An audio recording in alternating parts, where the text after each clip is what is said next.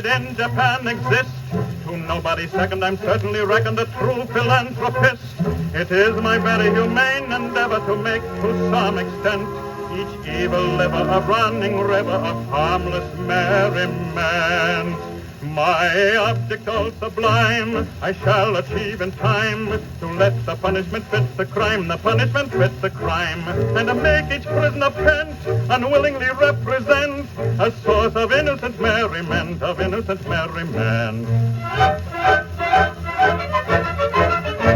All prosy, dull society sinners who chatter and bleat and bore are sent to hear summons from mystical Germans who preach from 10 to 4. The amateur tenor whose vocal villainies all desire to shirk shall during off hours exhibit his powers to Madame Tussauds wax work. The lady who dyes a chemical yellow or stains her gray hair puce or pinches her middle is black like a griddle with permanent walnut juice. The idiot who in railway carriages scribbles on window panes, we only suffer to ride on a buffer in parliamentary trains.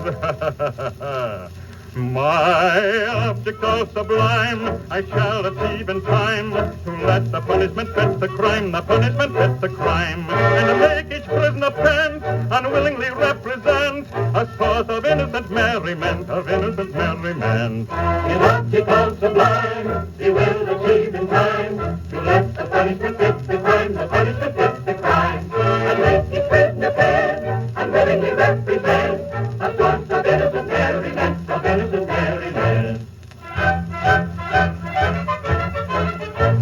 The advertising quack who wearies with tales of countless cures, his teeth I've enacted shall all be extracted by terrified amateurs.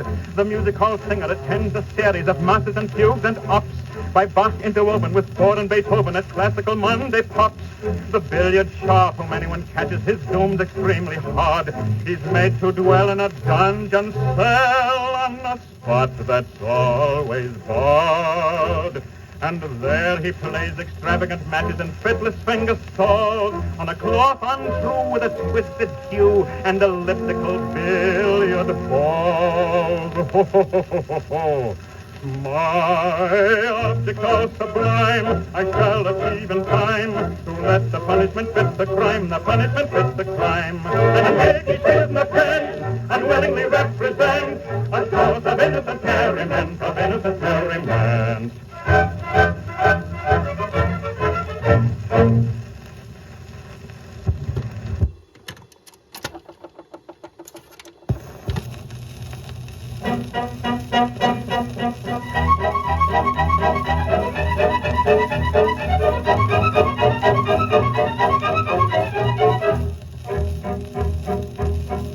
I am the very pattern of a modern major general. I've information, vegetable, animal, and mineral. I know the kings of England, and they quote the fights historical, from Marathon to Waterloo in order categorical.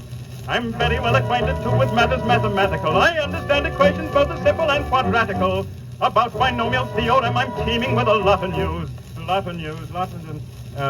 With many cheerful facts about the square of the hypotenuse. With many cheerful facts about the square of the hypotenuse. With many cheerful facts about the square of the hypotenuse. With many cheerful facts about the square of the hypotenuse. I'm very good at integral and differential calculus. I know the scientific names of beings and animalculous, but still in matters vegetable, animal, and mineral, I am the very model of a modern major general. But still in matters vegetable, animal, and mineral, he is the very model of a modern major general. I know our mythic history, King Arthur's and Sir Caradox. I answer hard acrostics, I've a pretty taste for paradox. I quote in elegiacs all the crimes of Heliogabalus. In conics I can floor peculiarities parabolous. I can tell undoubted Raphael from Gerard Dow's and Zappanes. I know the croaking chorus from the frogs of Aristophanes. Then I can hum a fugue of which I've heard the music's dinner-for. Dinner-for, minor-for, sinner-for, ginner-for. Ah, and whistle all the airs from that infernal nonsense pinafore. And whistle all the airs from that infernal nonsense pinafore. And whistle all the airs from that infernal nonsense pinafore. And whistle all the airs from that infernal nonsense pinafore. Then I can write a washing bill in Babylonic cuneiform and tell you every detail of Caractacus's uniform. In short and matters vegetable, animal, and mineral, I am the very model of a modern major general. In short and matters vegetable, animal, and mineral, he is the very model of a modern major general.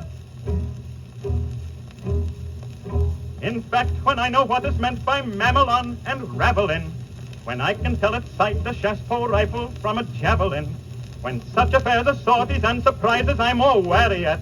And when I know precisely what is meant by a commissariat. When I have learned what progress has been made in modern gunnery. When I know more of tactics than a novice in a nunnery. In short, when I've a smattering of elemental strategy. My word, this is difficult. I've got it. You'll say a better Major General has never strategy. You'll say a better Major General has never strategy. You'll say a better Major General has never strategy. You'll say a better Major General has never strategy. For my military knowledge, though I'm plucky and adventurous, has only been brought down to the beginning of the century. But still in matters vegetable, animal, and mineral, I am the very model of a modern Major General. Still in matters vegetable, animal, and mineral, he is the very model of a modern Major General.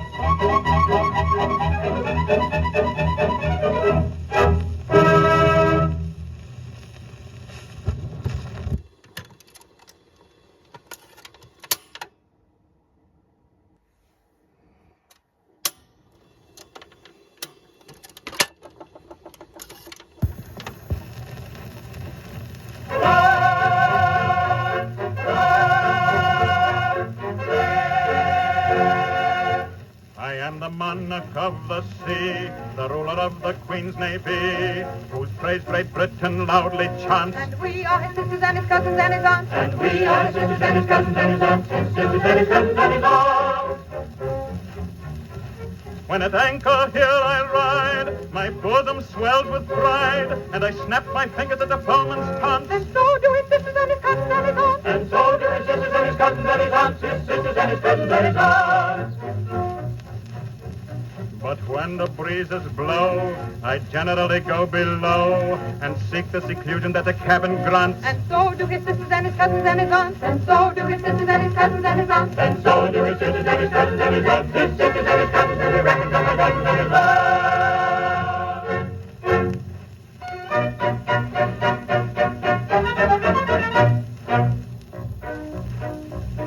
When I was a lad, I served a term as office boy to an attorney's firm. I cleaned the windows and I swept the floor, and I polished up the handle of the big front door. He polished up the handle of the big front door. I polished up the handle so carefully that now I am the ruler of the Queen's Navy. He polished up the handle so carefully that now he is the ruler of the Queen's Navy. As office boy, I made such a mark that they gave me the post of a junior clerk. I served the writs with a smile so bland, and I copied all the letters in a big round hand. He copied all the letters in a big round hand. I copied all the letters in a hand so free, and now I am the ruler of the Queen's Navy. He copied all the letters in a hand so free, and now he is the ruler of the Queen's Navy. In serving writs, I made such a name that an articled clerk I soon became. I wore clean collars and a brand new suit for the pass examination at the Institute. For the pass examination at the Institute. That pass examination did so well for me that now I am the ruler of the Queen's Navy. And the pass examination did so well for me that now he is the ruler of the Queen's Navy. Of legal knowledge, I acquired such a grip that they took me into the partnership. And that junior partnership, I ween, was the only ship I ever had seen. Was the only ship he ever had seen. That kind of ship so suited me that now I am the ruler of the Queen's Navy. That kind of ship so suited me that now he is the ruler of the Queen's Navy. I grew so rich that I was sent by a pocket borough into Parliament. I always voted at my party's call, and I never thought of thinking for myself at all. He never thought of thinking for himself at all. I thought so little they rewarded me by making me the ruler of the Queen's Navy. He thought so little they rewarded me by making him the ruler of the Queen's Navy. Now, landsmen all, whoever you may be, if you want to rise to the top of the tree, if your soul isn't fettered to an office stool, be careful to be guided by this golden rule. Be careful to be guided by this golden rule. Stick close to your desks and never go to sea, and you all may be rulers of the Queen's Navy. Stick close to your desks and never go to sea, and you all may be rulers of the Queen's Navy.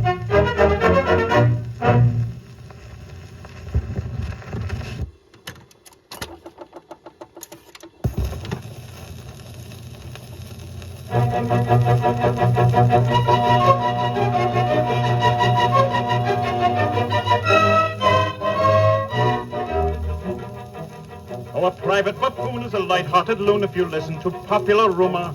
From the morn to the night he's so joyous and bright, and he bubbles with wit and good humor. He's so quaint and so terse, both in prose and in verse, yet though people forgive his transgression, there are one or two rules that all family fools must observe if they love their profession. There are one or two rules, half a dozen maybe, that all family fools of whatever degree must observe if they love their profession. If you wish to succeed as a jester, you'll need to consider each person's auricular. What is all right for B would quite scandalize C, for C is so very particular.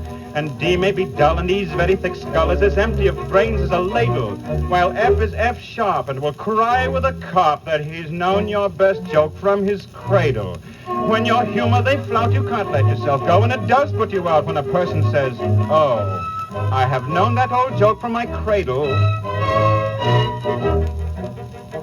If your master is surly from getting up early and tempers are short in the morning, an inopportune joke is enough to provoke him to give you at once a month's warning, then if you refrain, he is at you again, for he likes to get value for money.